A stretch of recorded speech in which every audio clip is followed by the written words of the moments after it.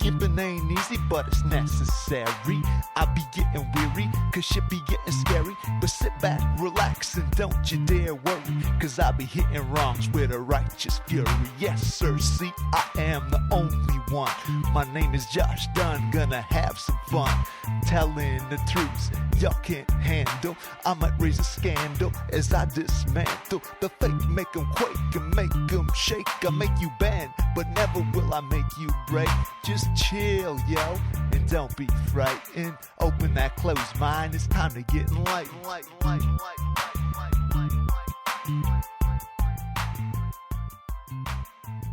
Welcome everyone to Gimpin' Ain't Easy 'Cause It Ain't, episode number 24. This week, as always, we are brought to you by Café Saint-Poil, where you can meet any number of interesting assortment of characters and get into any number of debates, or you can do like me and just read books all the time and try not to hear what's going on. This week's book, as has been several weeks' book because I'm still reading it, is a 3,000-page Longman's Anthology on British Literature. I am now on page 1726. I'm going to do it, folks. I might lose my mind, but I'm going to do it.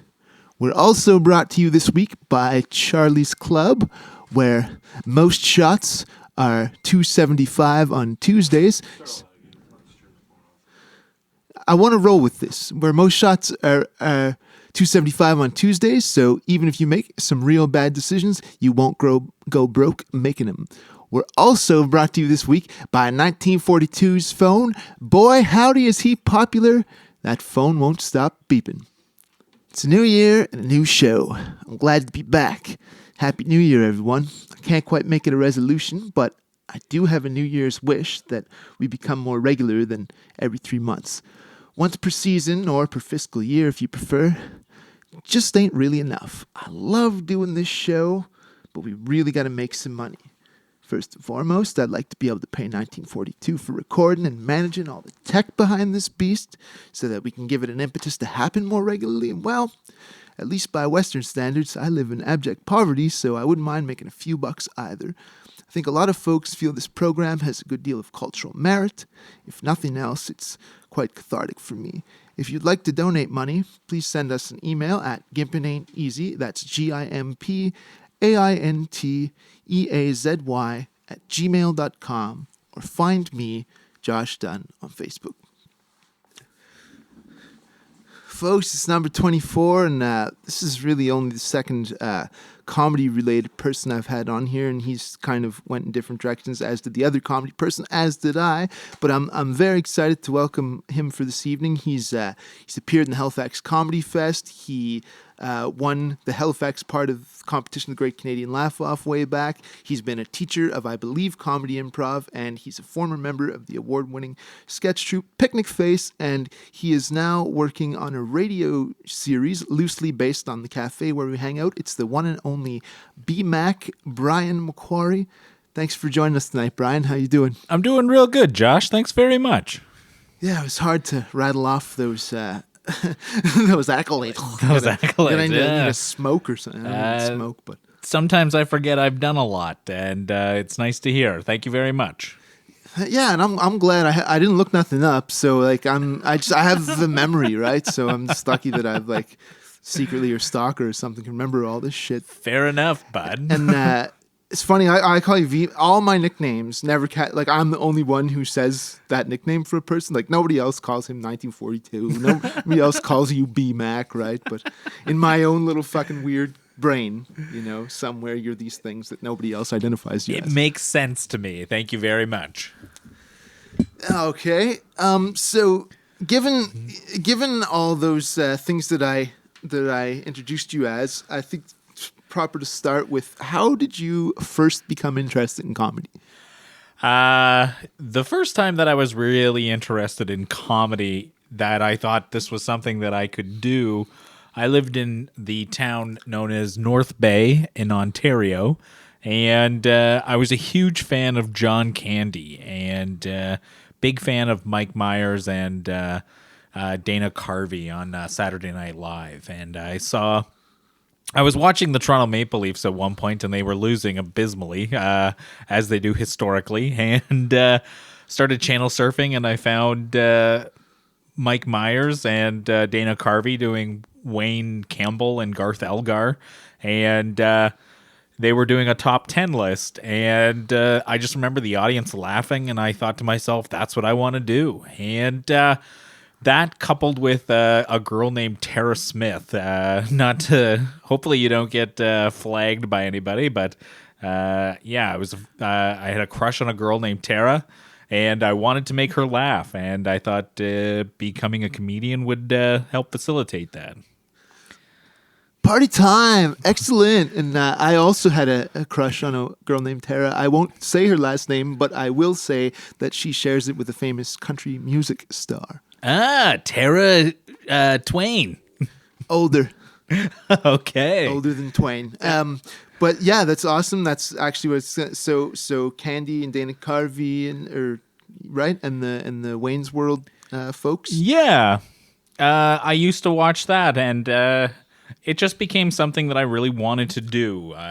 We moved a year later to Antigonish, Nova Scotia, so my mom could take women's studies at St. FX, and I started going into the acting program there. They had acting for the first time in the high school at Dr. John Hugh Gillis, and I jumped all over that, and it was just an opportunity for me to talk to women, and I was like, this is the perfect job for me. Like, I would love to be an entertainer for the rest of my life. But, life throws you some curveballs, and one day you're an entertainer, and other days you're not. Fuck do I know, that's the truth. And I also love how where you're going, it's just like straight up anticipating my questions. So I didn't actually know about the Ontario part to start with. I thought maybe that had come after Antigonish. I knew about the Antigonish part where you grew up. So, and it's the same as I asked for everybody. I was just curious. What was life for the young Brian? And were you raised by a single mom, I believe? Yeah, I was raised by my mom. It was weird. Like, I always had an idea of who my biological father was. My mom told me a person's name, and I was like, I remember that person. And my mom said, that's your dad. And we started the process of trying to get support financially from him. So we took him to court. And I'll never forget the night. He called one night and said explicitly on the phone to my mom and allowed me to overhear that I'm not his son. And my mom was like sort of dumbfounded and was like, he's your son. Like, why are you arguing this? Like, we were intimate together. Like, why are you fighting this? And sure enough, my mom took him to court for blood tests, and they came back negative. And wow. Yeah, and so I just lived with this like made-for-TV story where the only person who could be biologically my father was not my father, and my mom was shocked. I've never disappointed my mom, but on that day I felt like I disappointed her on a genetic level. Like, my body just didn't meet the requirements of a genetic test, and somehow I'm like Jesus is how I took it, and I tried never to let that sort of define me. I don't think my friends really looked at me and knew me as Brian, the guy without a dad. They just knew me as Brian, and that's sort of how I've lived my life, without a dad and with a mom, and that's all I had family-wise, just my mom and my sister and extended aunts and uncles. But being a kid growing up in Canada, I had so much opportunity. Even being a poor kid, it was such a wealth of childish entertainment for myself. Yeah, I can relate to so much of this single mom. The the prick that was my dad was actually my dad, and I shouldn't say he's altogether a prick. Just an angry man who never really got that under control, but probably a good guy in some ways, I guess. And yeah, but I love that too. Because like you said, maybe you're Jesus, maybe your midi-chlorians are just really high and created by the Force, right? Right. Who needs a dad when I've got me? And Mom, don't punish me for the sins of my not father, right? My sort of approach to life has been, enjoy my time while I'm here, because I don't know what's coming after and I don't know what came beforehand. All I know is that I'm alive and that we should try to appreciate each other's time the best we can. Yeah, I think that's really, sage advice for anybody. Just to fucking go about living life. We can't help it that we're here, but we are now. So let's make it work, right? For sure. It's weird. My mom, I love my mom to death, and I've been thinking about doing stand-up based around my relationship with my mom, because my mom is a self-proclaimed psychic, and there's parts of her life that I find absurd and interesting that I think other people would find funny. Like my mom being a self-proclaimed psychic, but she watches the Weather Network, and it's like, don't you think you'd have that figured out as a psychic? Simple things like that. Or if I was ever late, and my mom would ask me the question, "Where were you?" I would always ask, "You don't know?" Just sort of poking the bear. But I love my mom dearly, and, she believes, she'd look you dead in the eyes and she'd say that she's psychic. She believes she's psychic. She reads tarot cards. And I don't think that makes her crazy or, defunct as a person. It just makes her extra spicy. It makes her a bit of a wild card. Ryan, I can't control it. I'm not psychic about everything, but the things I know, I really fucking know, okay? Absolutely. Who doesn't argue on behalf of their own intelligence? And, I think life is scary. Life is tough. You know struggle. We both know struggle. Fucking right. And who doesn't want to believe? I mean, I'm an atheist, so try not to judge me, and I'll try not to judge, other people. I try not to judge people, but I totally understand the idea of wanting a relationship with God. Mm-hmm. This idea of something in control of the chaos. It makes sense. I can't control the crazy fucked up world that I live in, but God creates it. And you know what I have? I have a relationship with that God who's in control of all the chaos. That makes me more comfortable. I totally understand that. I totally understand that my mom has a relationship with that deity. But for me being an atheist, I find a lot of it absurd, and it entertains me. Right. I find that interesting, I do personally believe in God, but I take no issue with atheists at all. My job, or nobody who believes in God's job, in my opinion, is to try to convince other people of the existence of God or not. The debate needs to be about what we're actually doing on the planet to make the planet a better place, God or no God. Absolutely. God or no God, we have to live on this planet together. And there's a lot of craziness that's going on. I don't know if you want, you can bleep this out, but I mean, for all intents and purposes, worst case scenario, America's being run by a pedophile, and that's fucking crazy. Absolutely crazy. I don't. Is Trump himself or some? Trump has been mentioned in a lot of the Jeffrey Epstein stuff, and has been seen chumming around with him in the old footage, archived footage. So, worst case scenario, Trump's a pedophile. Best case scenario, he's probably got dementia. Wow, what could be more dangerous than a fucking demented pedophile? Good Lord. For sure. Man, yeah, I've just been so distracted with the nonsense in Iran that I'm worried that World War III is about to spark off or something. So for sure, we all have what is this man not guilty of? Absolutely. There is this. I have a debate with a lot of people about money, and money being this thing that we need to function in society. And I was on a date with a girl, and she believed that money should give you things or access to things that not everybody has, like healthcare. And I'm a fan of the Canadian healthcare system. I think it should be better, but that's a debate that we can have until the end of time.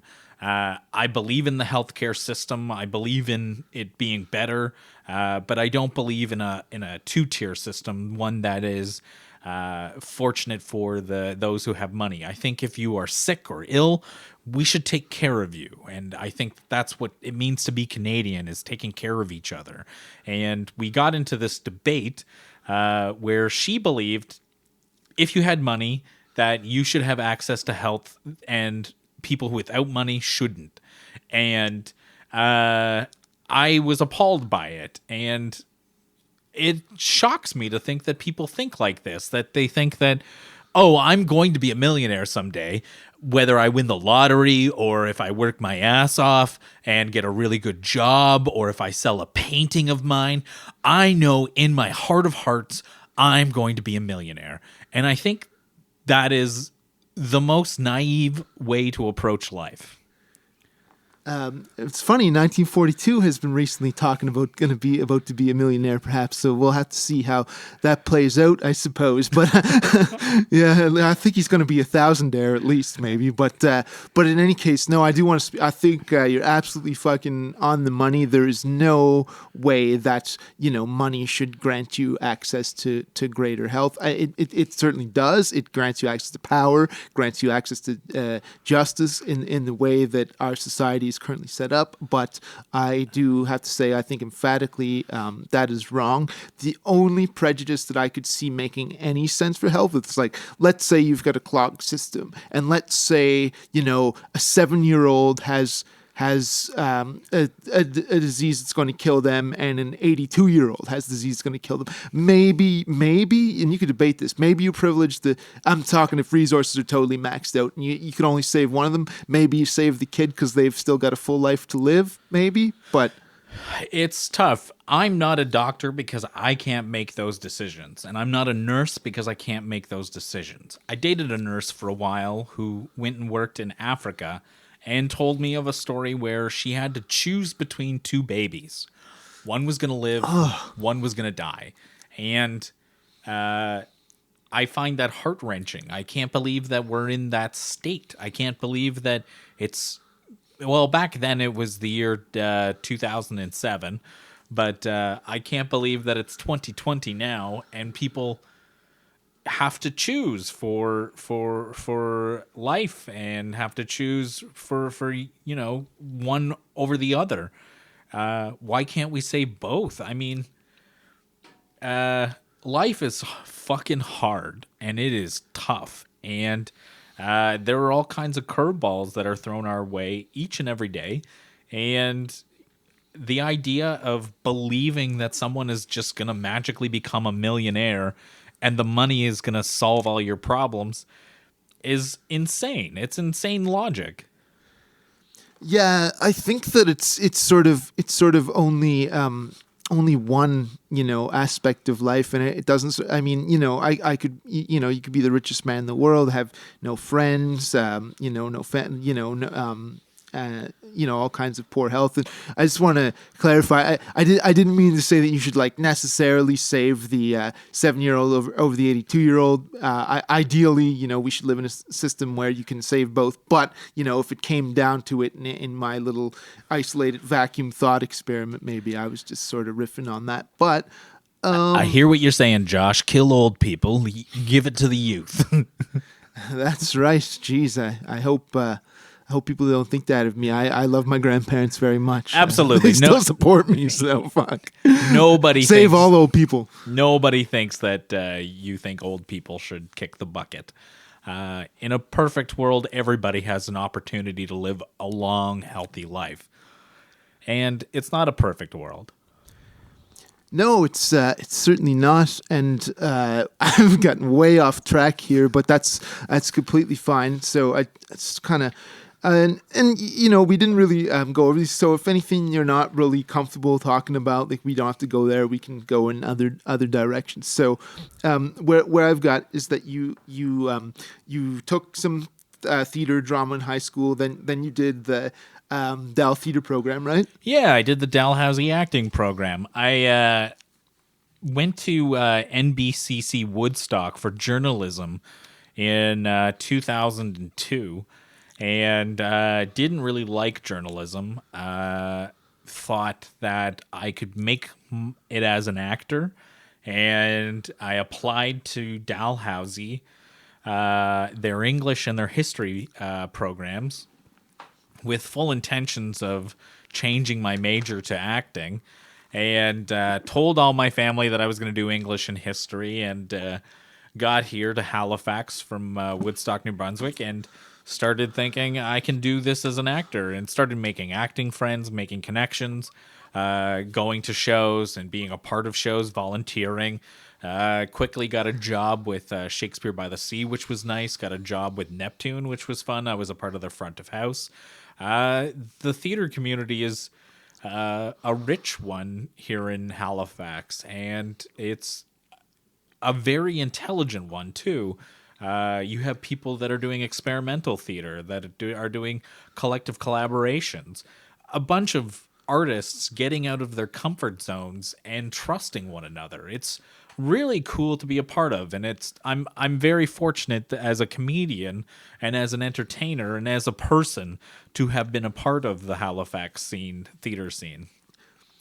Yeah, that's really cool. It's funny, like I do have a theater show that's seen a couple of different versions and been funded a couple of times, and it's essentially a monologue.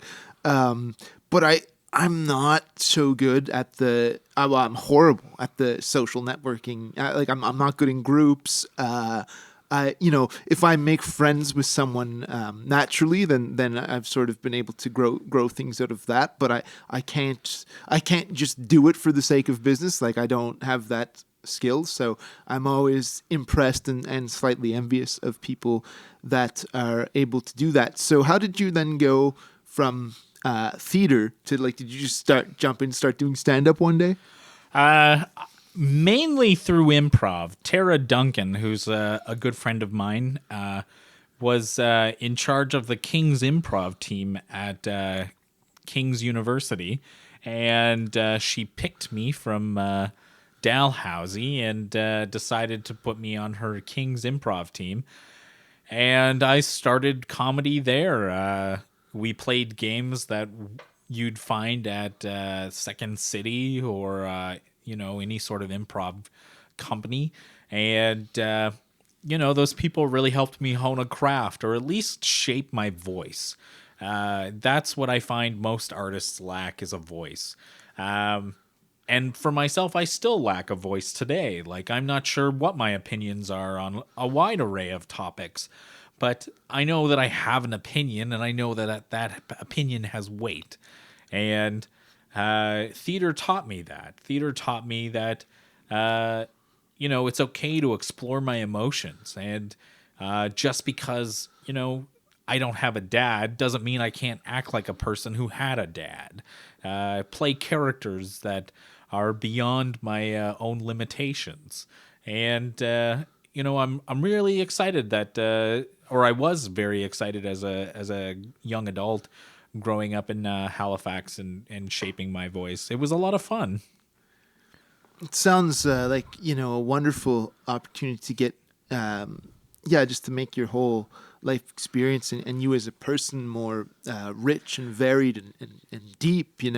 I wonder too, when you said about not having a voice, was it more not having the platform for your voice, or was it that you were trying to find out what your voice was and what that meant particularly, or both? Or? I'll start by answering the last question, which I avoided, and I'll answer this question. I got into comedy because my friend Mark Little told me to do stand-up. And after doing improv for a couple of years, I decided to take the plunge and do stand-up. And I did stand-up through the Comedy Dogs. Yeah, And me too. That's how I started as well. yeah, and it's funny because the old creator of the Comedy Dogs was telling me one time, he's like, Brian, I kind of feel like I had a hand in making Picnic Face. And I was like, no, you didn't. But you believe whatever you want to believe. And and it's interesting. Like, he created an avenue for a bunch of strangers to come together. Yeah, that's great.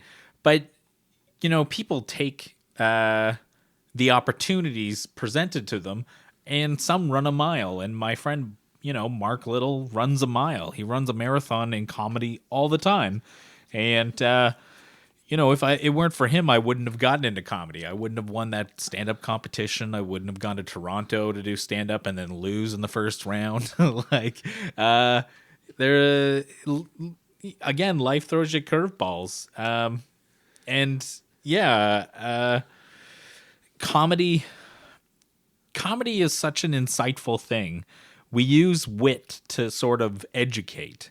And I think that's the underline of all good comedy, is to educate. We try to shed the light on something or try to understand something better. We go, isn't this absurd?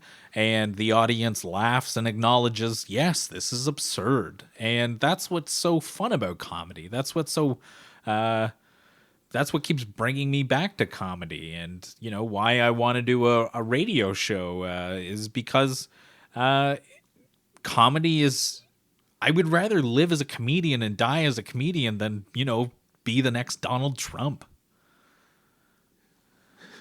I think I'd rather be trapped in a fucking stinky toilet bowl and suffocate than be the next Donald Trump.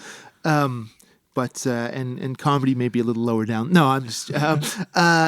That's it's so funny you say, and I'd never heard that. I like Paul. I think that he just by presenting the stage, he gave a lot of us like our first break in that, or like the arena, but in terms of what was done or not done with that, and that's no disrespect to Paul, was up to the individuals who would have been involved. And I was going to ask you, like, my next question. So let's just say, how did you get tangled up with the Picnic Face cast? So you were friends with Mark from, like, were you in the theater program together? Or? No, Mark, Kyle, and Ebony started the Kings, or not the Kings, an improv group.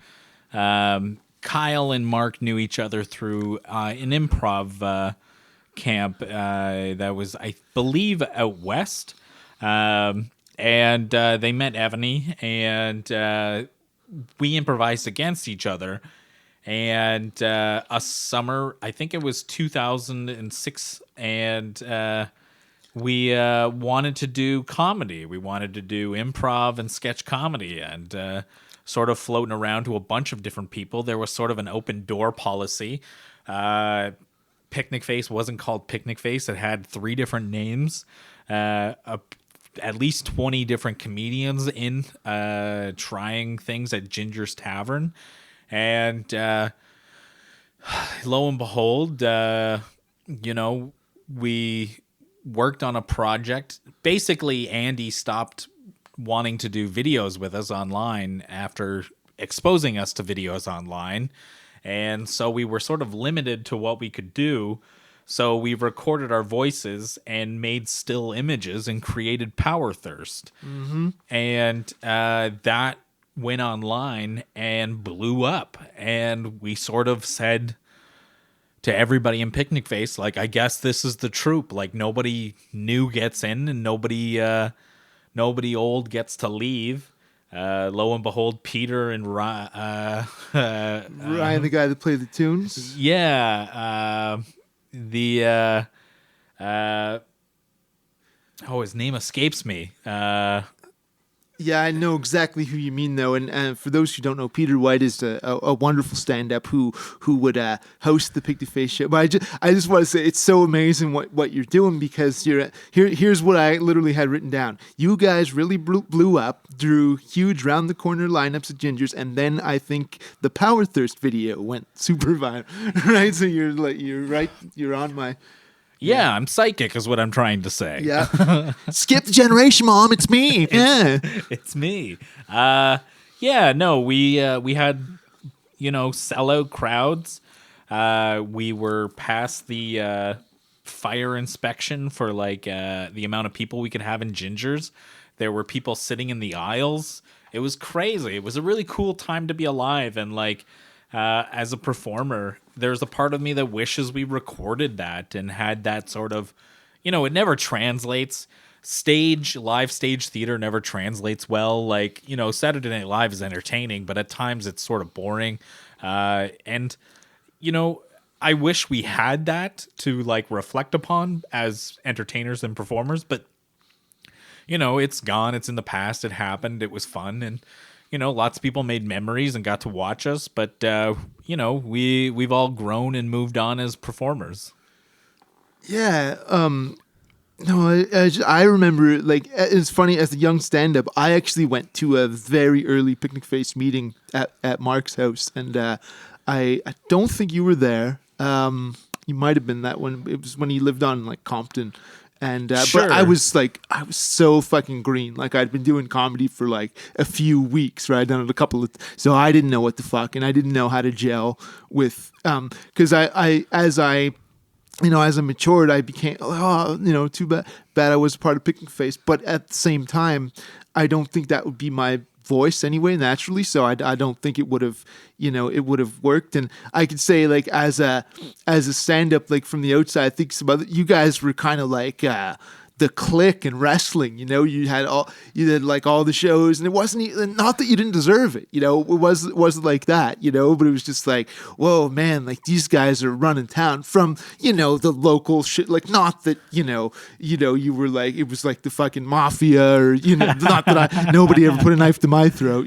But yeah, we intimidated people, broke ankles, and that's why I'm disabled, folks. Picnic Face. We did it. We did it to Josh. No, it's tough to compete as an individual with 8 other people.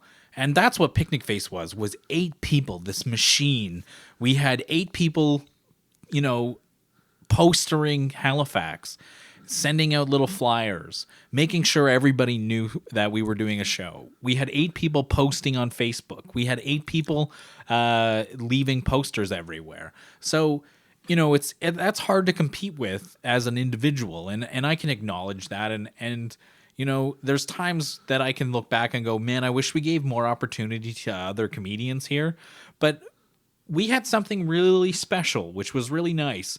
We had 100 between 100 and 125 people would show up, and we would turn people away, and we would have a stage for comedians coming in from Toronto that wasn't Yuck Yucks.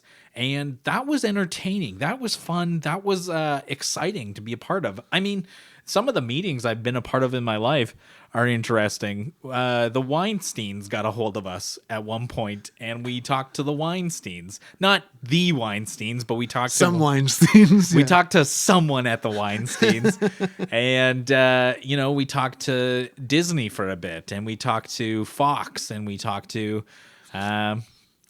So is that really Mark Little that's Kylo Ren? I kind of thought they. Yeah, for sure. Definitely is Kylo Ren. Yeah, no. There's an interesting little hubbub of comedy that sort of incubated with the 8 of us, and I'm not surprised Peter White has gone off to do the great things that he's done, because he was very, very funny in the early stages of Picnic Face and helped me develop my voice as a comedian too. Yeah, he was great. He was at that time. I think he was the top stand-up in town, and I'm talking about the real. Mark really evolved as a stand-up as well, but at those early stages when I peeked in. I don't think anybody was touching him from I think where the closest voice would have been Dave Millett. Dave Millett had really good stand-up. He had not much of a stage presence, but he had really good jokes. And Peter had good jokes and good stage presence. Right, and I don't know, but I've actually had some like really interesting drunken conversations with Dave, and I like Dave a lot. I actually know Dave better than Peter just from those drunk conversations. But it seemed to me maybe Peter was a bit more accessible, maybe. Sure. We all have our sort of hang-ups and like what makes us inaccessible as a person, but Dave just has a way of thinking. He's such a reader and processes a lot of information and has a way, like his vacuum joke is very funny to me, but you have to be a person who likes words and you have to be prepared to be on the journey for that joke where he says a W should be in there when there's two U's. And it's the perfect time to use a W. And I'm butchering the joke, of course. Yeah, it never works when you explain the joke, except I think Louis did it once and it kind of worked. But, the explanation was funny. But yeah, with no context. Sorry, Dave, we didn't. That's nothing. When the Coast did a thing on me, they didn't even put the punchline in my fucking jokes. Oh, really? Yeah. Yeah, just, here's a set. Well, no wonder this guy's not making, he doesn't even have a fucking joke, But jeez. Yeah. Oh, the times I've been misrepresented in comedy. That could be a whole show. Maybe next show.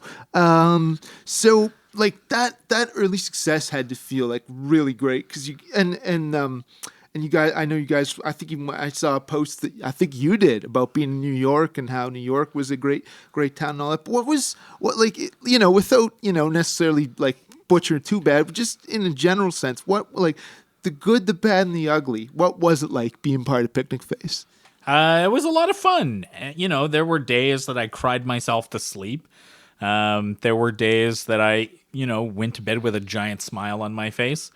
I try not to look back and think about the hard times, the tough times, or the members that I don't really care about. I see Bill Wood once in a while, and if I remain friends with Bill, then Picnic Face was totally worth it because I'm really good friends with him still today.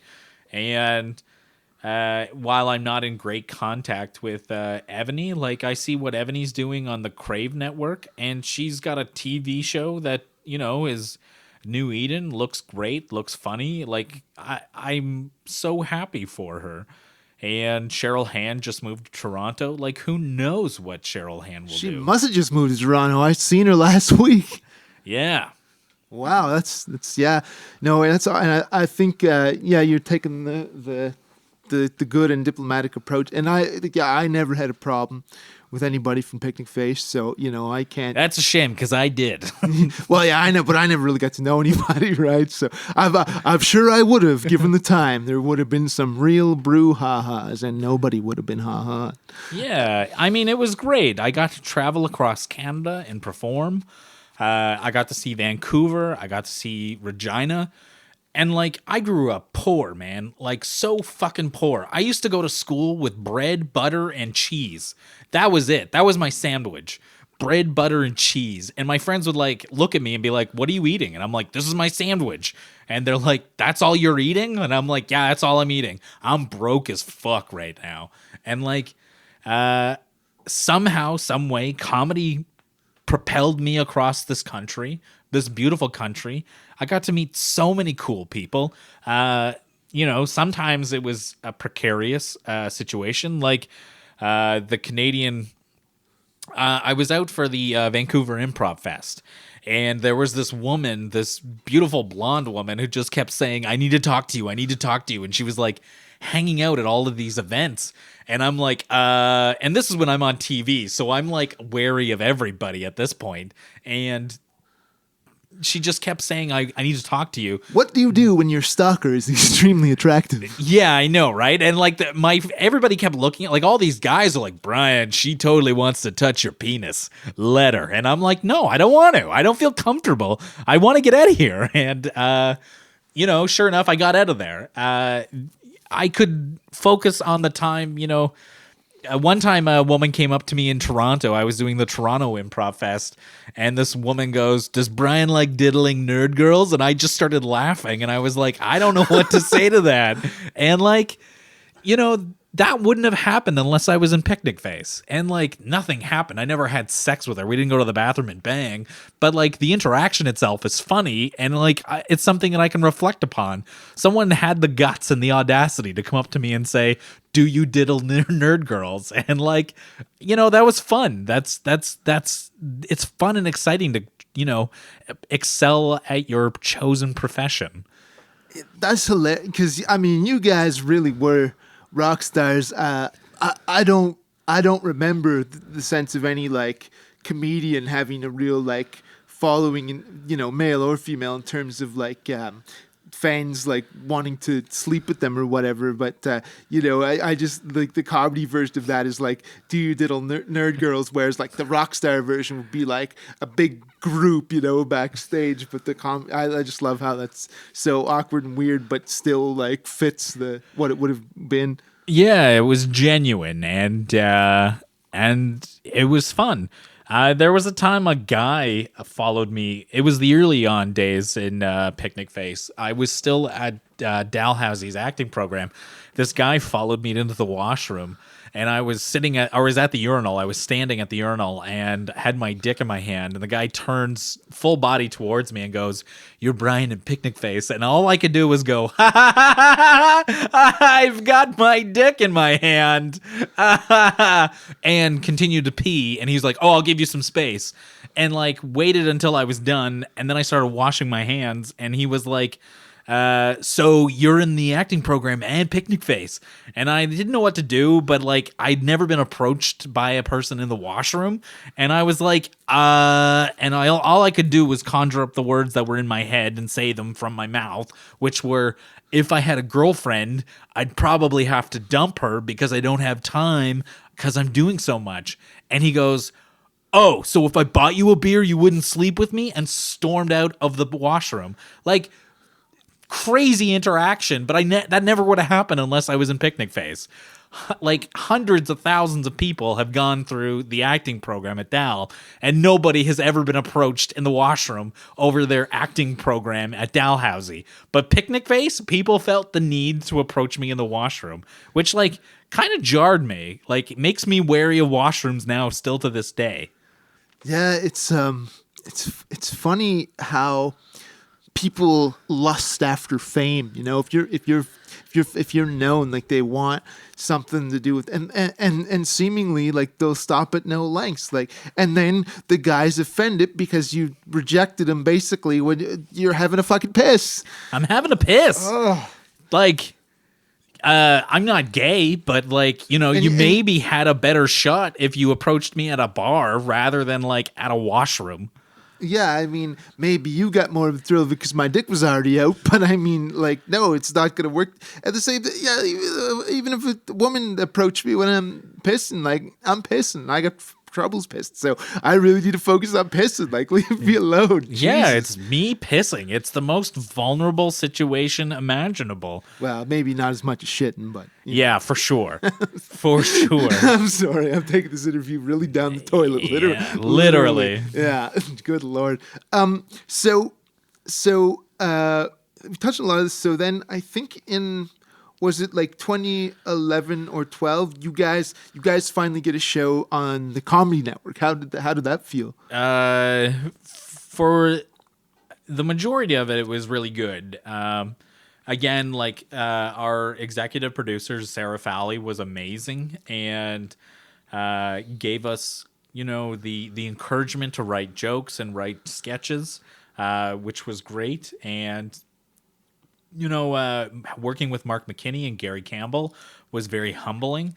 Mark McKinney being of Kids in the Hall and Gary Campbell, the former head writer of Mad TV.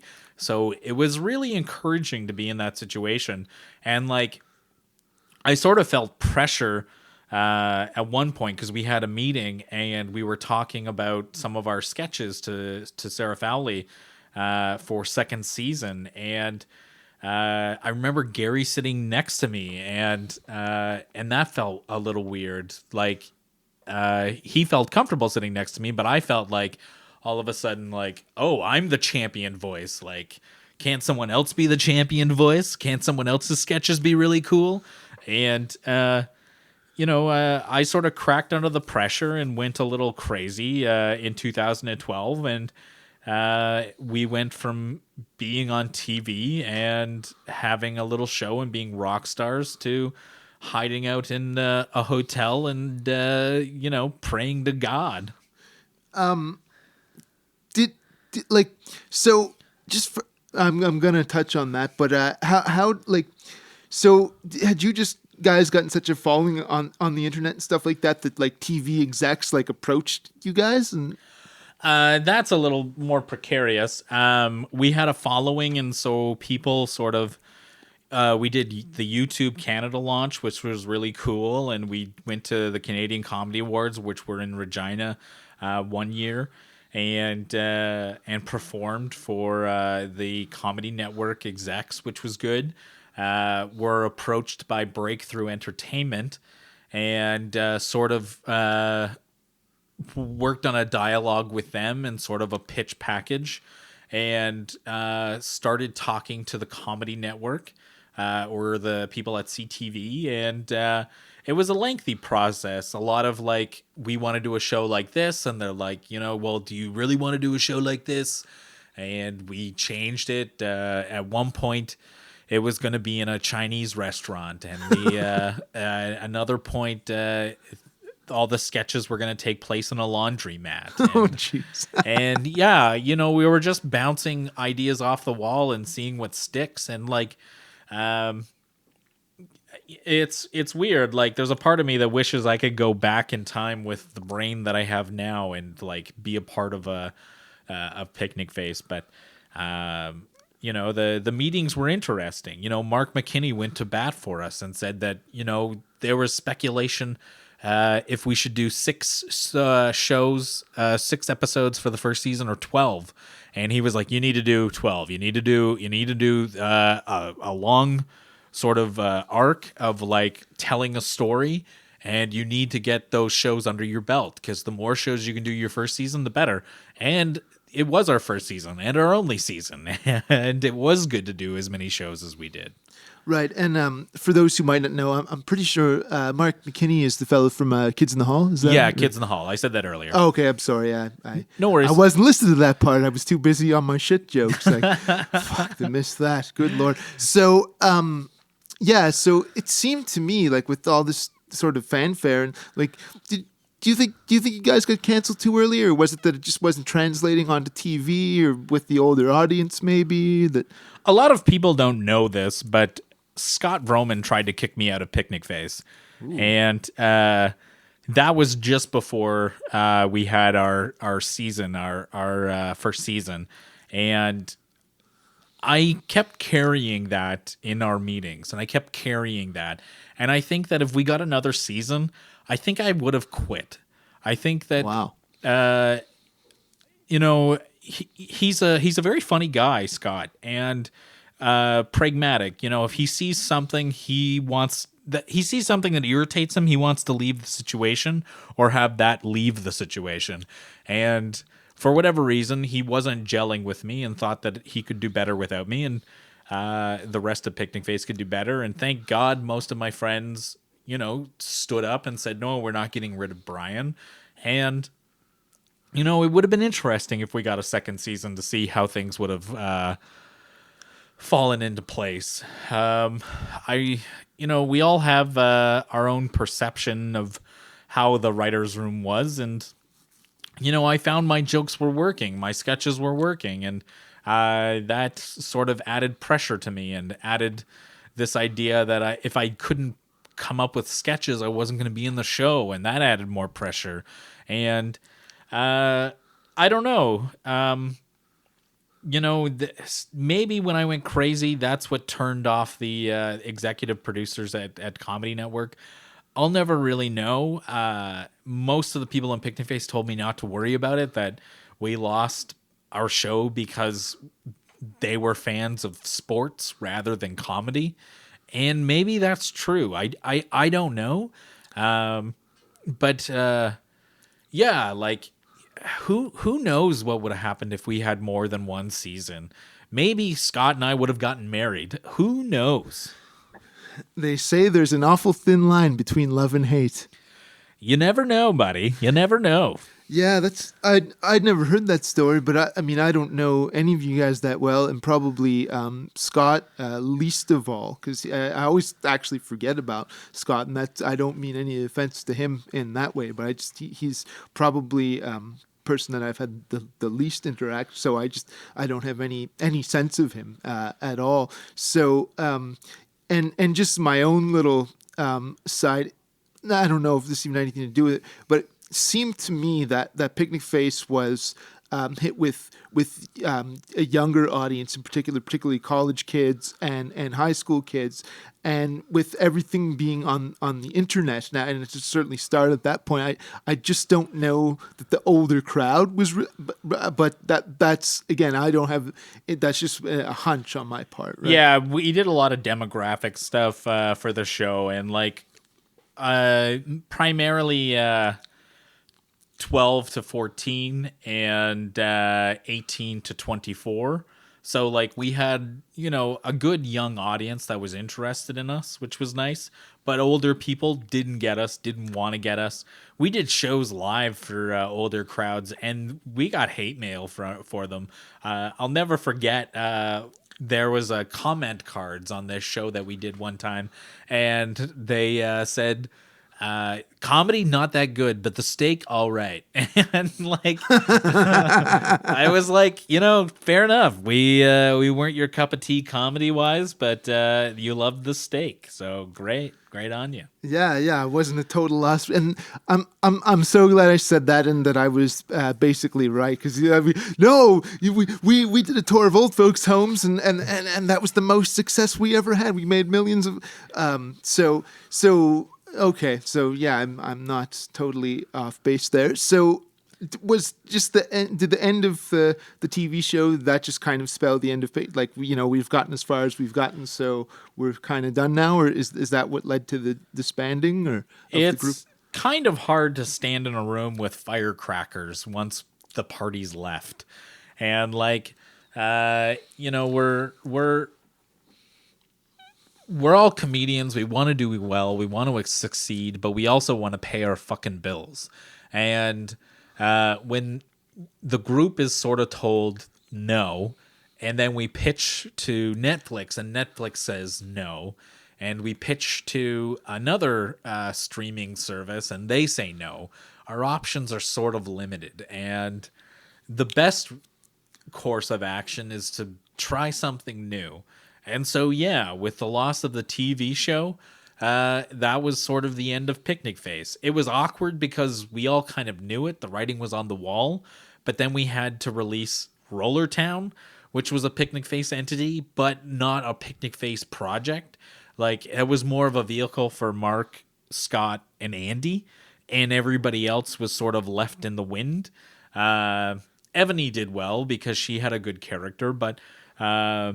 Cheryl wasn't used well and Bill wasn't used well. It was awkward. It was weird. We sort of wanted to do a project together, but not all of us. We kind of got tired of each other, and we made Roller Town before the TV show, which was weird. We thought Roller Town was going to be our only real attempt at doing something cool, and we ended up getting the TV show because of a Globe and Mail article that came out. And I'm sure that paper landed on an executive desk, and they saw Picnic Face, this young group of comedians, and thought, we're going to lose them to the CBC, or they thought we're going to lose them to Global, and they signed us for a season. And that was one of my happiest times, one of my angriest times, one of my saddest times. It was a lot of fun, though. Yeah, it sounds like it would have just been an amazing whirlwind. And I was been curious, not, and you don't have to answer this if you don't want to, but because I saw Doug Stanhope did Louis sitcom, and he posted a thing like his check was something like, I forget, it was either like 33 cents or $33.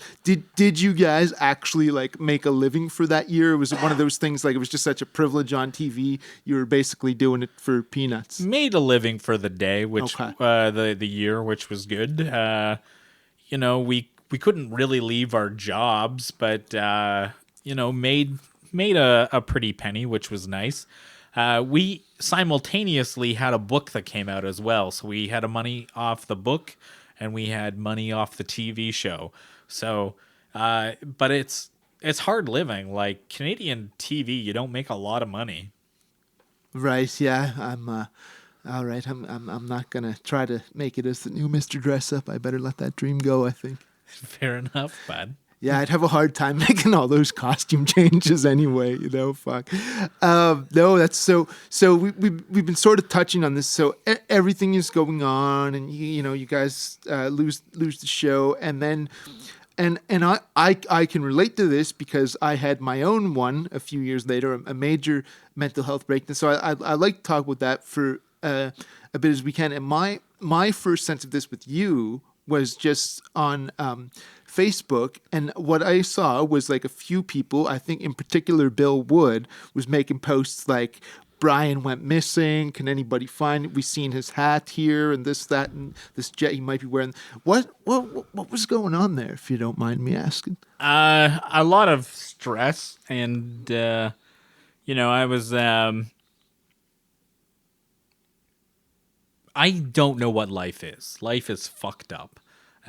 It makes no sense to me, and even less so today. And back then, I sort of was under this impression that the Antichrist was coming, and Andy had made reference to the Antichrist being a Hydra, and Picnic Face's logo was a Hydra, and I kept thinking, my God, I'm the Antichrist, and I'm going to cause the end of the world, and I don't want my soul to burn in eternal damnation. So I'm going to do everything I can to save my soul. And I checked myself into a hotel, the Commons Inn here in Halifax. Beautiful spot. No pool. Just, regular people living their regular lives. And I sort of had to come down from this extremist sort of point of view. And, the thing about mental breakdowns is that it's not a breakdown of our brain chemistry or what have you. It's an excessive amount of information that we're trying to process. And if we had more time, I'm sure we would come out looking less crazy. But because we feel like our lives are in jeopardy, or in my case, I thought my soul was in jeopardy, you have to act now. And, people kept saying, oh, you're trying to create a scenario where you're the hero. And I'm like, I guess, but, what are the odds that you might be an antichrist? And I'm the real Messiah. And, I was being very honest. I was like, I can do some magical tricks. I walk on fire and walk on glass. I eat fire. I can make a penny disappear. Trying to bring light to the situation.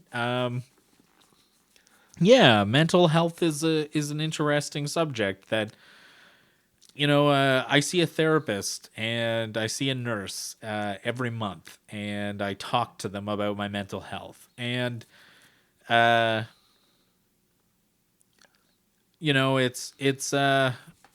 interesting. I've had a couple of mental breakdowns where stress and my living situation and the lack of money and job and opportunity create an incubator of hate and resentment, and I snap and I start lashing out at people around me. And they call that a nervous breakdown. And, they being doctors or what have you, or my family and friends, call it whatever you want. Like, they don't have to live in my shoes. My shoes are put on by me, and I live them, and I live my days out. And, I try to be the best person that I can be. And, I've stepped back from the limelight of fame and fortune. And some say I never stepped into the light of fortune, but they would be wrong. I was rich for a bit. And, you know, I think that I'm more mentally prepared to be successful. That doesn't mean that it's going to happen, but I'm mentally prepared for it and feel better about my choices. And, I hope my radio show does well, and I hope that I'm revered as a writer and as an actor and as a director. But, I don't think those things will happen overnight.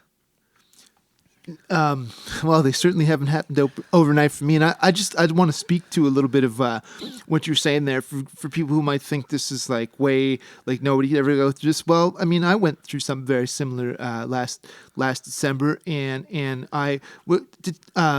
for me, sleep deprivation did the sleep deprivation factor for you too? For sure, I was sleeping very little. I was smoking a lot of pot. Yep. And I don't want this to turn into some sort of anti-pot thing. If you smoke pot, good on you. I still smoke pot. Pot's great, but in moderation. If you're smoking it like I was back then, I was smoking a lot of it. I was smoking high quantities of it, and I wasn't sure what I was getting. I was getting it off the street. I didn't know what the CBD THC content was to my marijuana. And I wasn't drinking water.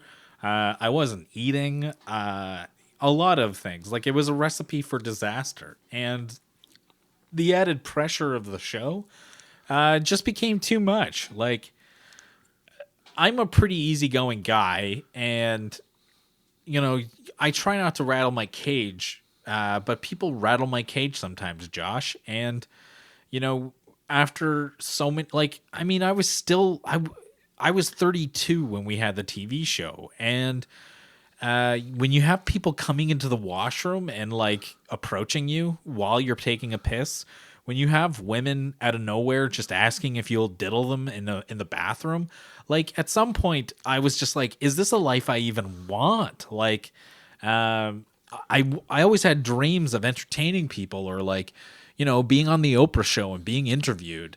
Like, fame was supposed to be easy, and it wasn't. Fame was sort of this like cross to bear that I fucking hated.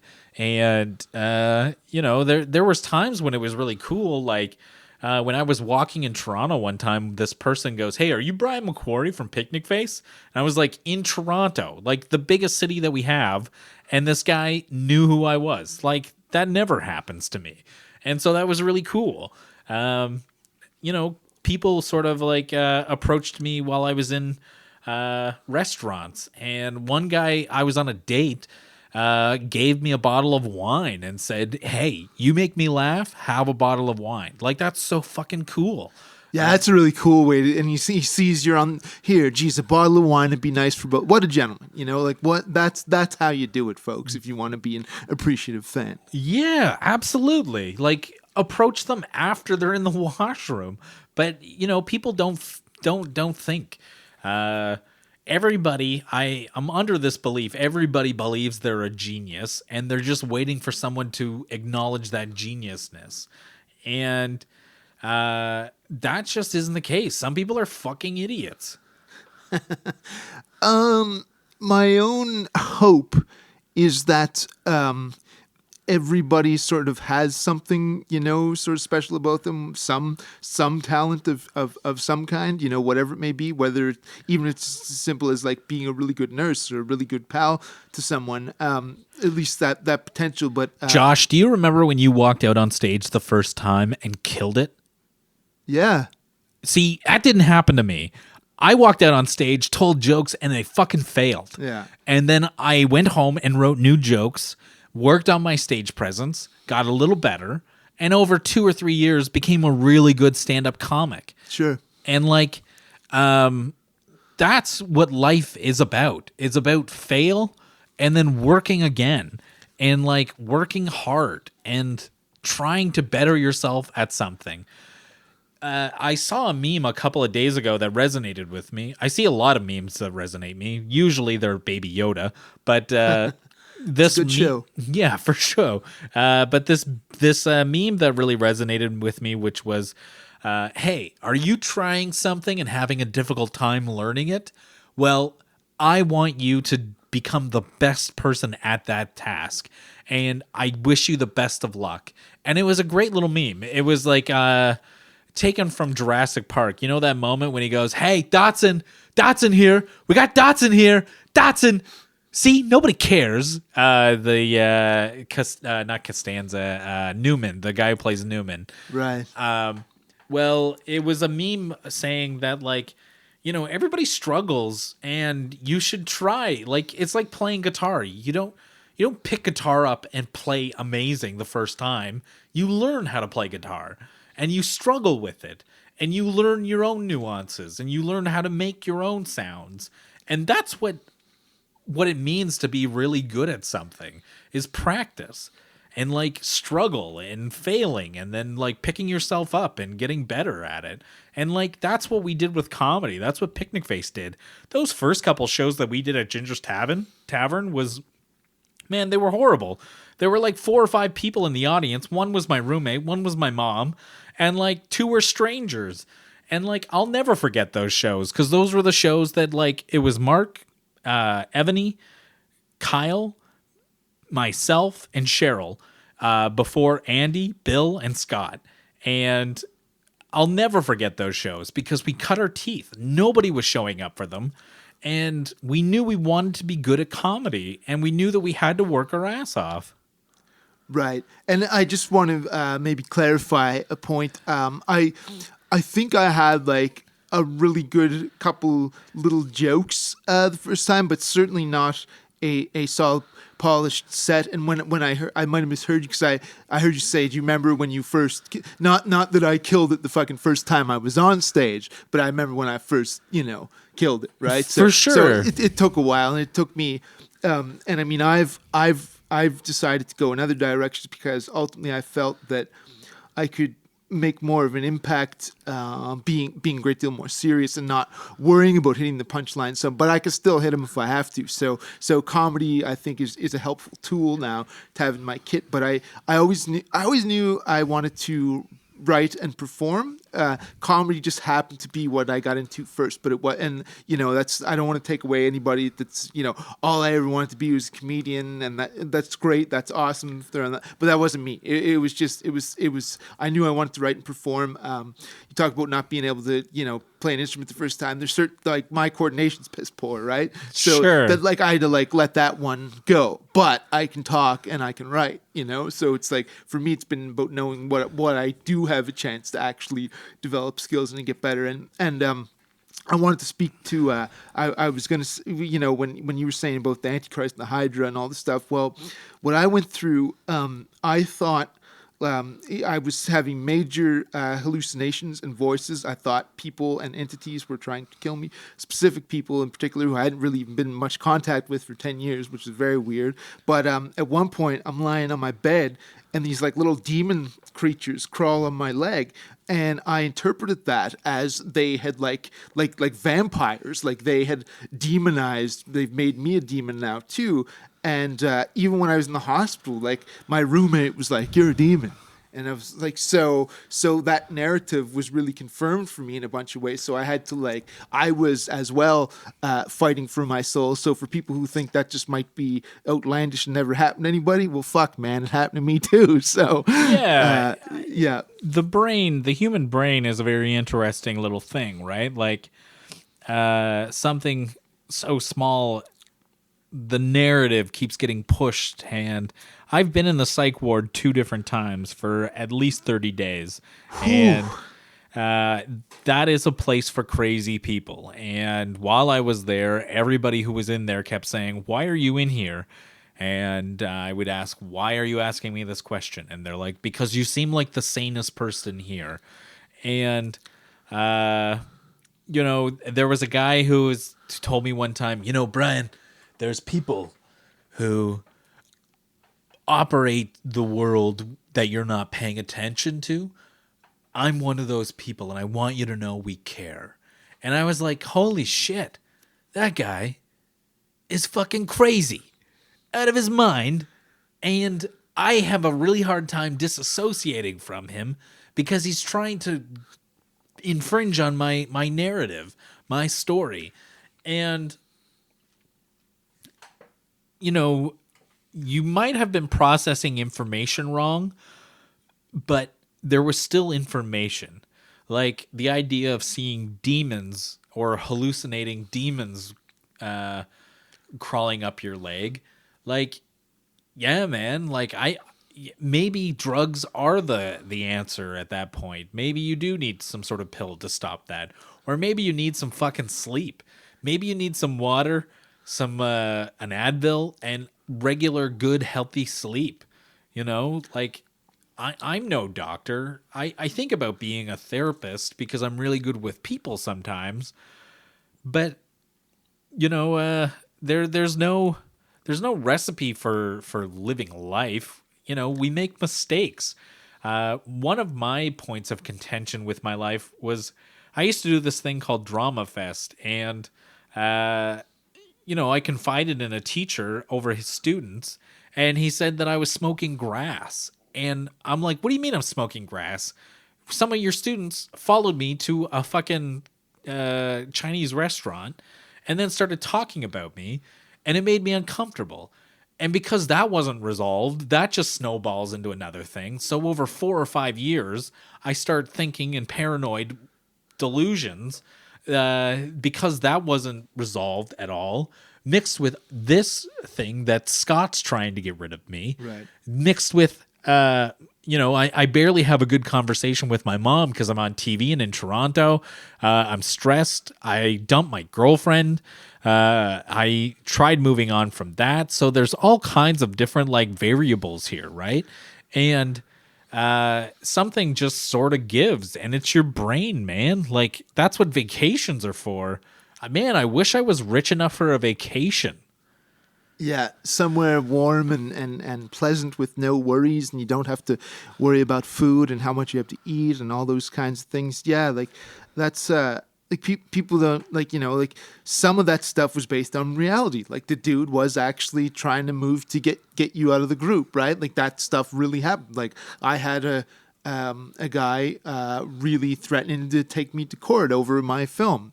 Who I'm not going to mention his name on air, but Smart. you know, but you know, so that so I had like you like not the same stressors, right, but real life shit that really was going on that was negative and difficult and stressful, and then you know that I think allows for things to get enhanced. I mean, you know, the guy to just say, "Oh, well, you were just smoking grass," was like, no, these guys were actually talking about me, and it made me uncomfortable. So these things that become surreal and blown up are I think most of the time, at least. Based somewhat in reality, and I had a sense. I mean, I don't know about you, like you were saying, you know, people in the psych ward, but my sense was that the psych ward, that almost everybody in there had a little bit of extra sensory. Maybe I was calling it like the psychic ward in my head because it seemed like they had a little something going on that was more than like one woman told me she was abducted by aliens, right? And that's the kind of thing where it's like, well, you can't really prove or disprove that, right? How the fuck do we know? Maybe she was. Did she take any pictures? I didn't ask her for any. You know, she might not have had an opportunity. You know what I mean? Her phone, but I mean, yes, in all likelihood, she probably wasn't, right? But there's been stories about that throughout history. So who the fuck really knows? You know? It's interesting when one talks about the idea of being abducted by aliens. Like I've talked to people who have seen aliens or seen a UFO, and myself, I've seen a UFO. It wasn't a flying saucer. It was a big, giant, bright spark in the sky, shot across the sky, and then disappeared. And that's a UFO. Explain to me what the fuck that was, because I don't certainly know. Could have been a comet, could have been anything. Could have been space debris, could have been an alien ship. But I think about people who talk about alien abductions, and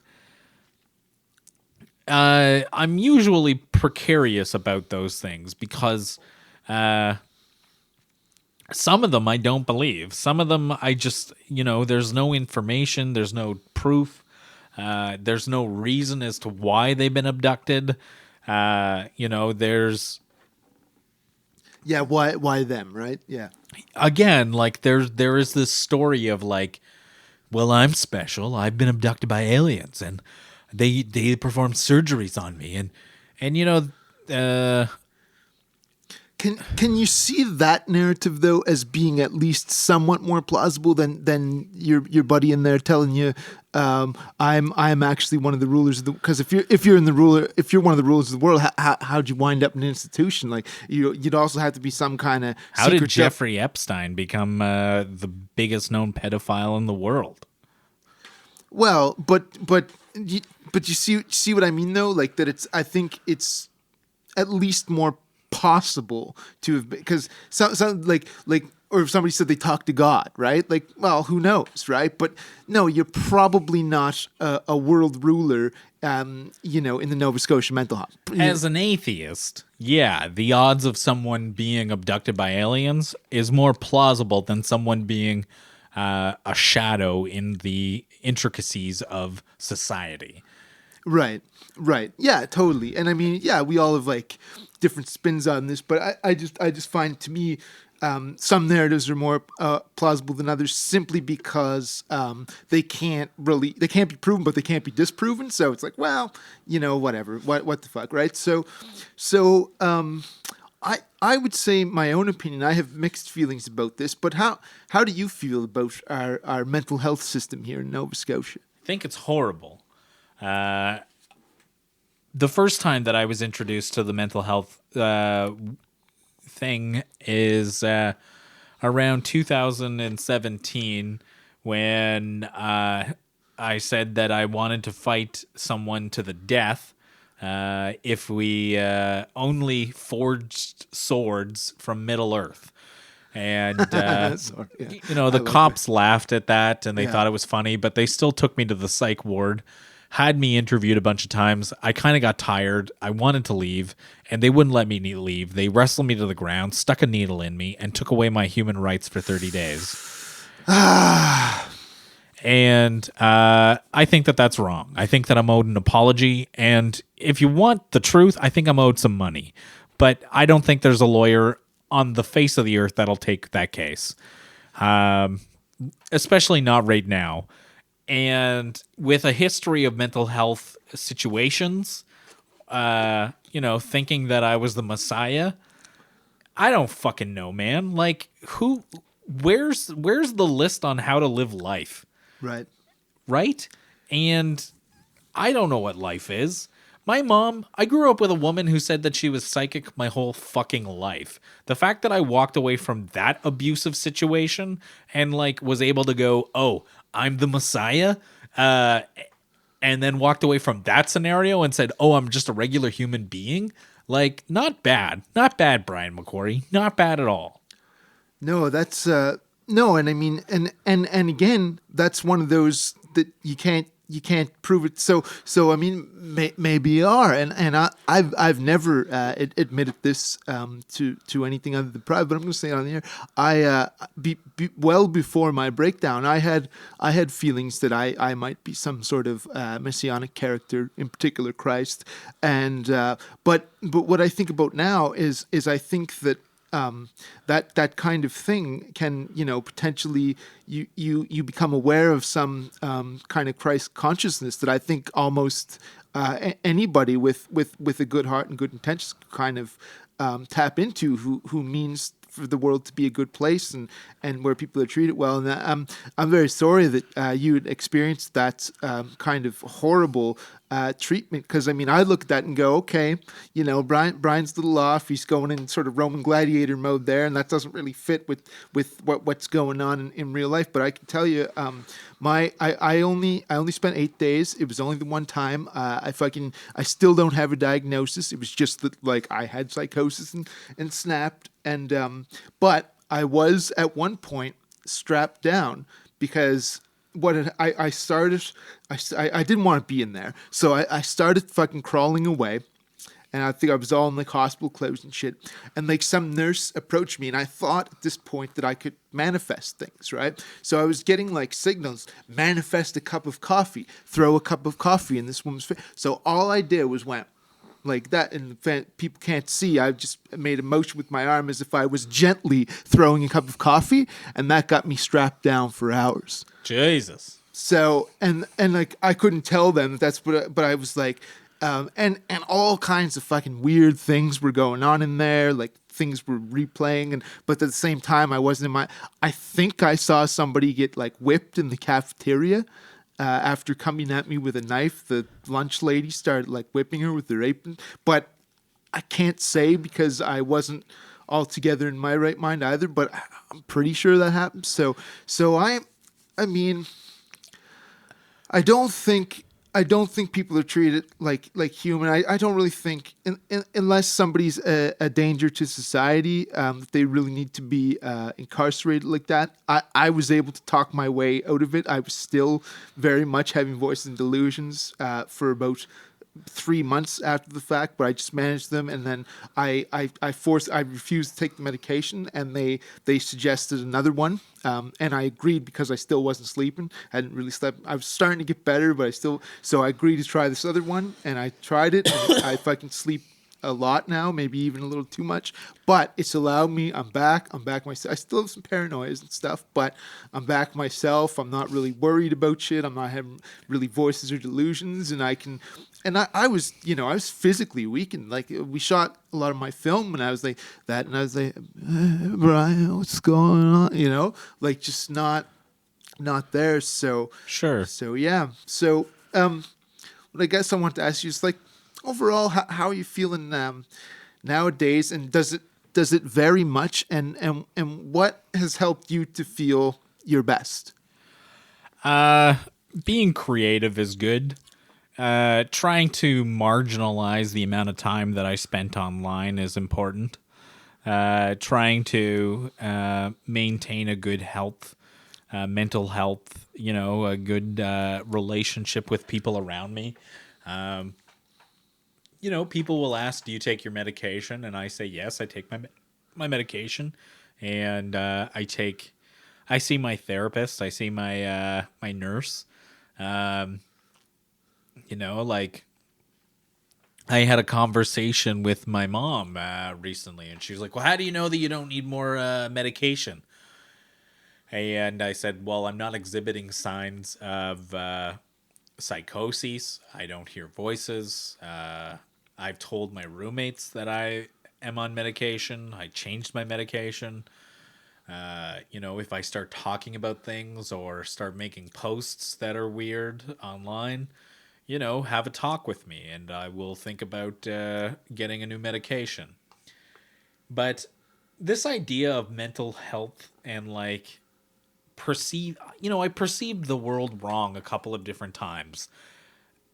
Oh, well, nobody died. I didn't kill myself. I didn't hurt anybody. Yeah, exactly. And, maybe my life was tough. Maybe there were stresses that I was going through that I didn't have to deal with. No one really wants to acknowledge that. They just want to give me a pill and shut me up. The cops that wrestled me to the ground have never once contacted me and said, Brian, are you okay? That night that we wrestled you to the ground and you kept saying you wanted to fight someone to the death?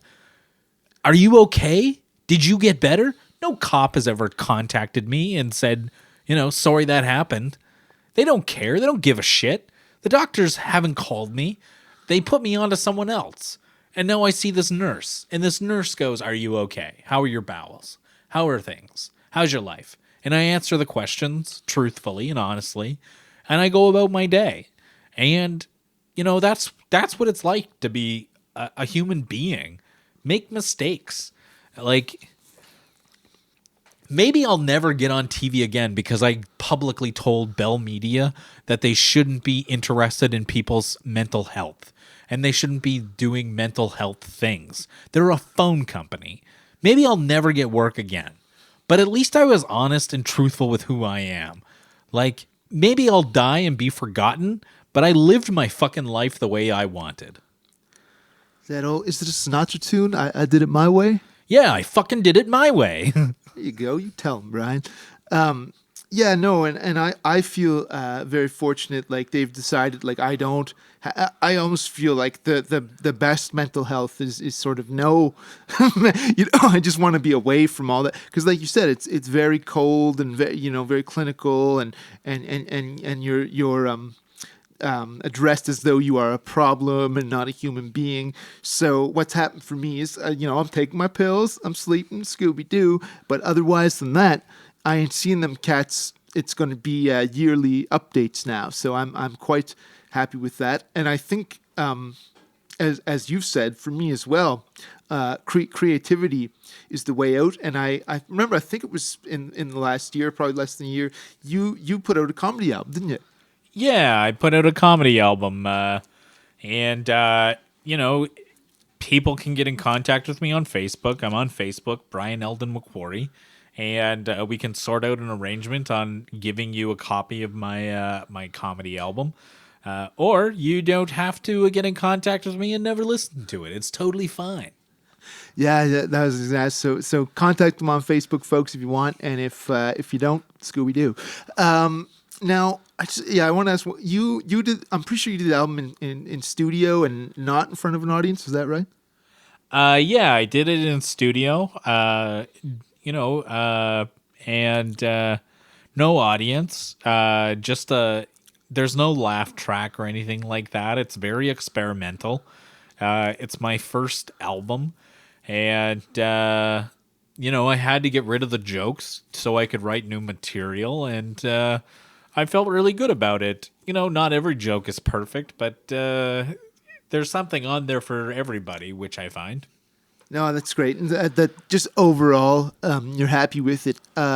I feel like, and I've recorded some of my performances. Like I said, I do more serious stuff. I feel like for myself, if I was going to do that, I would want to do, because I'd want to give people a chance to show that at least it's possible that some people are after this sometime. And just the only quick example I have is one time.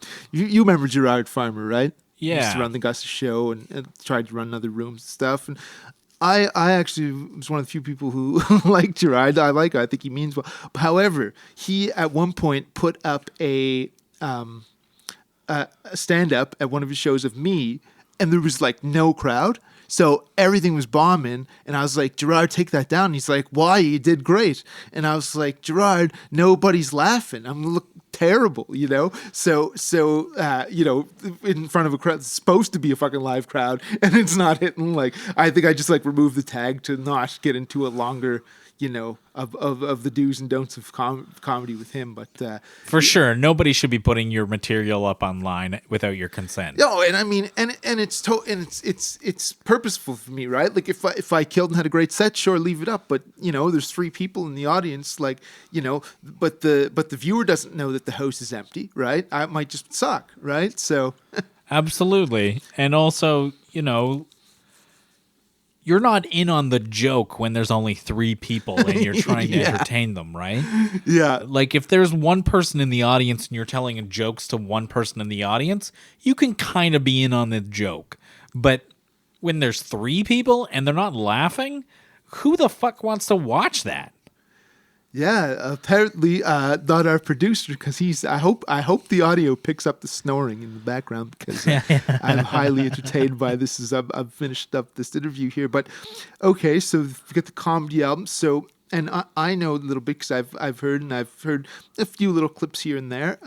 You've recently decided to create a comedy series. I'm going to say, I think we could safely say, loosely inspired by Sempoal. We're both there nearly every day. What was your inspiration for wanting to do something with this? I want to be creative first and foremost. And I don't know if we can say loosely based around the coffee shop that we frequent. Maybe it's not based on it at all. We just go to a coffee shop and he's doing one that's also based on a coffee shop. Definitely this coffee shop here in town inspired me to want to tell stories. I frequent the shop often, as you do, and stories happen there that I find very interesting. I talked to the owner, and the owner said, no, don't make a show about my cafe. And so I was like, I still want to make a show about a cafe. Are you okay with that? And they said yes, as long as it has nothing to do with my cafe. And so I used the impetus of me and a cafe, and then I thought, how would I run the cafe, and who would I have in charge of the cafe? And I brought my buddy Bill Wood on, and he plays a character named Black Skull, and I brought my friend Shannon Quinn on board to play the female protagonist, and Mark and myself have characters that we play, and it's just basically a vehicle for us to tell jokes. The impetus was the cafe that I frequent, but making sure that everybody feels comfortable with the product that I'm creating. Yeah, it's about a fictitious cafe, and fictitious or characters that are loosely based on real life. Myself and Mark. That's it. Everybody else is made up of my own mind. Right, and I think that's the way to do it, and they can take from that like just your time there was able to inspire this wonderful creative venture, and I mean who knows what will happen. I wish you guys all the success in the world with it. I'm so busy reading that I'm only privy to usually the things I don't want to hear to sort of get through it. I'm like, fuck. Sure. But it just getting, not being good in groups. I sort of hide behind a book and feel productive that way. But I think it's really cool, nonetheless, that like, you worked your regular life, your everyday life into in some sense being creative and meaning something potentially. So I think it's fucking cool. For sure. I would love to live in a world where Disney contacts me and says, direct one of our Marvel movies or write one of our Marvel movies. I don't know if that's going to happen, but I can do little projects here and there that might build a resume that gets me a meeting one day. And that would be really cool. Absolutely. I mean, I have those same dreams too. I think what I've ultimately settled on, and this is just so I can keep going, and I have days where I'm not terribly productive most of the time too. But the thing is like in doing my shit, like in doing the show, I feel much better doing it than not doing it. Like that's so it's like, fuck, I did that. I did a theater show. I'm making a film. I did stand up for a long time and probably will again. I haven't officially retired, but is there anything that you would like people to know about you that we haven't covered or they may not know? That I'm a good person, that I come from good people, that Macquarie's actually stopped the extradition of criminals to Australia. And, I don't think that any Macquarie's ever owned slaves, that we were decent people that believe in, health care for everybody, no matter who you are, that if you're Canadian, that if you're Ukrainian, if you're Iranian, if you're, anybody on this planet, they all deserve a chance, and they deserve health and a good life. And maybe that's a boring approach to life. I don't know, but I'm just a regular guy, and like if you see me on the street, don't be afraid to say hi. Just don't do it when he has his dick in his hand in the can. Or if I'm in public and I have my dick in my hand, don't approach me. I certainly won't. I'll be keeping far away from that mess. So you've his clan is good, man. They have respect for everybody and value all of human life. So I think that's a good thing that people need to know in case they thought otherwise. Do you have any advice for young aspiring comics or writers or performance artists of any kind? Yeah, don't let someone else be in charge of your destiny.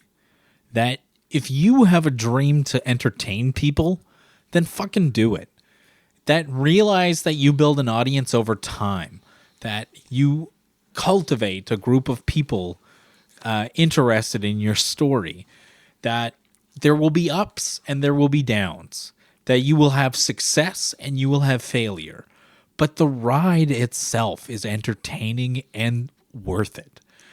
I have been able to travel across Canada, the second largest country on the fucking planet, and it's been such a great ride.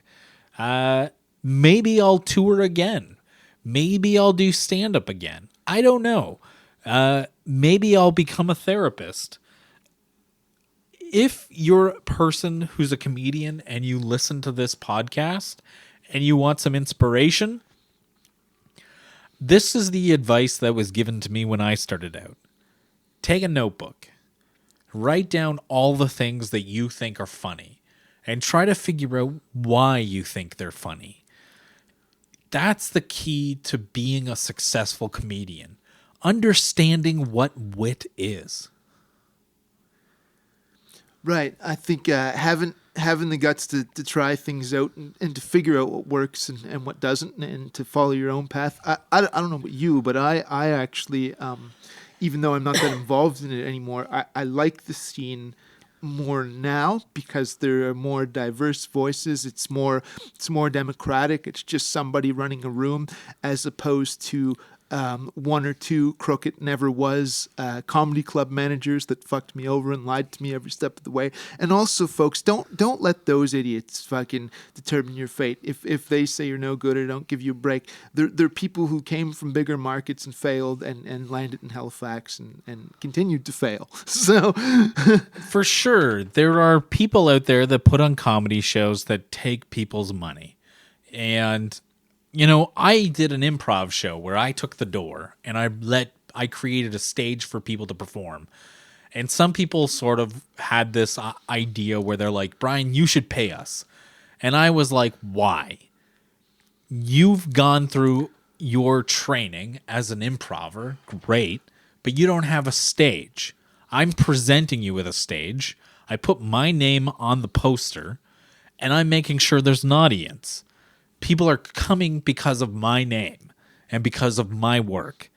And I never put other people's names on the posters. I just put Brian and Friends. And, that's how comedy's done sometimes. That I don't know if people are getting paid every time they do a spot on Conan O'Brien. I hope they are. Or like Jimmy Fallon or Jimmy Kimmel. But... don't, like Josh says, don't let people control your destiny. Don't let someone else, say that you're no good and then let that define you. I've had people tell me that I was horrible. I had horrible auditions. I've gotten the part and I've had a horrible execution in the recording of a project. I've struggled. I've had ups. I've had downs. But it's my path and my journey, and I feel pretty good about it. I like who I am. I saw a meme a few days ago that sort of resonated with me, like most memes do, which was, it just literally left my brain. I had it on the tip of my tongue, and it left my brain. Walked out of your memory. My memory. Good one, Josh. I'm going to leave now. I wanted to just add a little bit to that.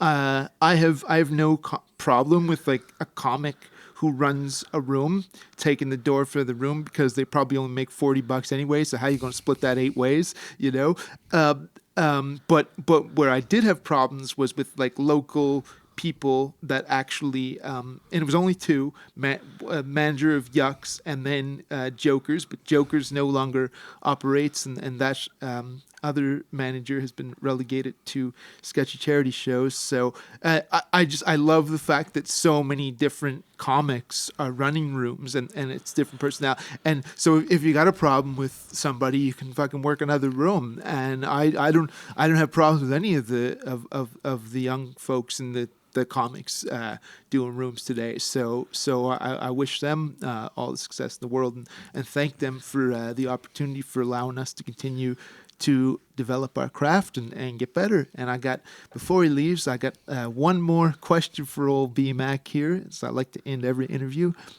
What do you think the meaning of life is? Good question. I think that life itself is about expression and experience. That most life forms on this planet, be it a dog or a cow, are capable of experience and have a wide array of emotions. That if there is a heaven or, the Big Bang, a big surge of electricity, the most electricity can do is send information, but it can't feel, it can't cry, it can't be happy. And I think that as living creatures, we should be happy. We should be sad. We should have down times where we're depressed. We should have nervous breakdowns. We should see clarity in the world. That, life is tough, but damn it, it's fun sometimes. That we should express. We should experience. And that's what I think the meaning of life is. It's about friends, and, it's about messy relationships. It's about, having awkward sex or good sex. It's about eating popcorn and too much popcorn. I eat too much popcorn. Absolutely. I think that too many people are ready to tell you what life is, and so many people are afraid to find out what life is. And we need to get rid of that. We need to get rid of people who tell you what the afterlife is. We need to get rid of people who tell you facts or definitives about the afterlife. These things that we don't truly know. Like a pope. The idea of a pope is insane to me. The idea of a guy dressing up like a woman, telling women that they don't have a place. It's so absurd to me. But, I can get into the God debate with anybody, and it's very arduous. And, at the end of the day, experience and try to experience joy. I like that, folks. I think I've never had such a rich meaning of life. Get rid of the Pope. Eat too much popcorn, have awkward sex, but in spite of it all, try to experience joy. Let's have the best possible time we can. Ladies and gentlemen, he's been Brian Macquarrie. I've been Josh Dunn. Our producer is still, he's hiding his snores now, I think, but I think he might still be sleeping. Anyway, like it tells you every time, especially when you're getting down, you look yourself in the mirror, you give yourself that Ric Flair. You ready to do it with me? That Ric Flair, woo! And tell yourself, I am the greatest of all time. I know I am. Good night. Thanks, buddy. Great, Josh.